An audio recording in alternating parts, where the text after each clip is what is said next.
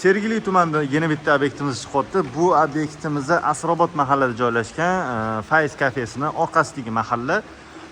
Xuddi shu obyektdan 4 ta qurilgan edi. Hozircha 2 tasi qolgan, 2 tasi уже sotib bo'lingan. 3 sotu maydonga tushgan. Ko'chani ham birrov ko'rsatib o'taman. Ko'rayotganingizdek, yaxshi ko'cha, asfalt qilingan. Tashqari tarafda ham mashina qo'yish uchun joy bor. Mana hovlimizning ko'rinishi, bu yerda zelenoy zona, tashqarida kotelnilar o'rnatilgan, sanuzel. Mana binoyimizning ko'rinishi. Bitta xonani tegi, mana shu zalni tegi podval qilingan.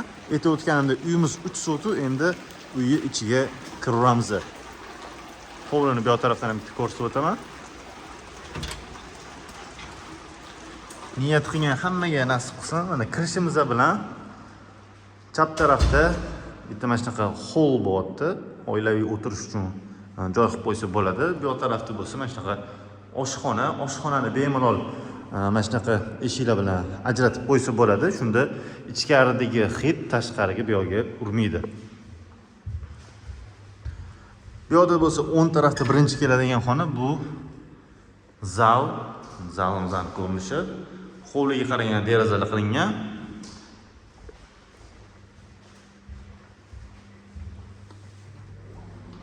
Bu yerda endi ko'rayotganingizdek sanuzel, hojatxona uchun mana shunaqa alohida joy qilingan. Bu uy egalarini aytishi bo'yicha mana masjidga hamma sanuzel narsalari qo'yib beriladi. Bu endi o'sha xarid qilaman degan odam bo'lsa, o'zi tanlaydi, masjidga uy egalari qo'yib berishadi. Bu yerda endi bitta spalnya bo'lyapti. Faqat bu sanuzel emas, hozir yana sanuzel bor. Etlarga ham o'rnatib beriladi. Mana yana bitta xona. Buning ichida ham sanuzel qilingan. Bu yerda ham ko'rayotganingizdek narsalar o'rnatilmagan. Shu xarid qiladigan odam bo'lsa, o'zi tanlasa, o'rnatib beriladi. Bu tarafda yana bitta xona. Bu xonaning ham ichida shunaqa sanuzel qilingan. Shunda umumiy binoning ichida 3 ta sanuzel bo'lyapti. Bu tarafda bo'lsa garderob qilish uchun shunaqa joy tashib ketilgan. Oxirgi ko'radigan xonamizda bo'lsa, bu yerda yana bitta spalnya.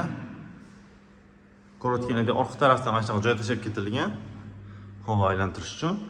Xo'p, umumiy 5 ta xona bo'lyapti bu uyimizda. 3 sotuv maydonga tushgan. Narxini opsiyada yozib qoldiramiz. Bemalol aloqaga chiqishingiz mumkin. Telefon nomerlar yoziladi. Aytib o'tganimdek 4 ta qurilgan edi, 2 tasi qolgan. Agar kimga qiziq bo'lsa, bemalol murojaat qilaverasizlar.